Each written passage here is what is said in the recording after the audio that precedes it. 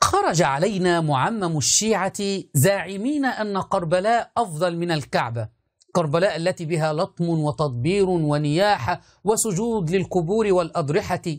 ثم خرج علينا مرة أخرى زاعمين أن عيد الغدير، وهو يزعمون أن هذا اليوم هو الذي نصب فيه علي رضي الله عنه خليفة، هذا العيد هو عيد الله الأكبر وهو أفضل من عيد الفطر وعيد الأضحى.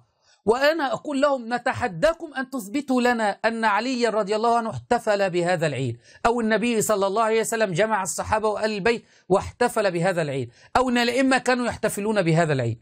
وقالوا أن صيام هذا اليوم كفارة لذنوب 60 عاما، صيام عيد الغدير هذا، وأنه أفضل من 100 حجة ومن 100 عمرة. يبتدعون ثم يكذبون على عوامهم.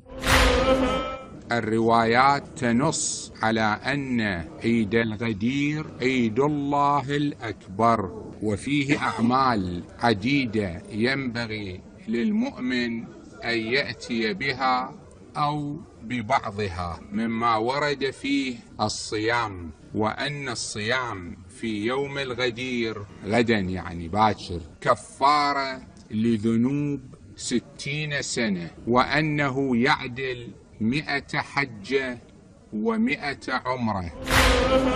عيد الله و100 حجة للذي يصومه و100 عمرة، ونحن نتحداهم أن يثبتوا لنا أن النبي صلى الله عليه وسلم أمر بصيام هذا العيد الذي يزعمون هذا اليوم، أو علي رضي الله عنه كان يصوم هذا اليوم.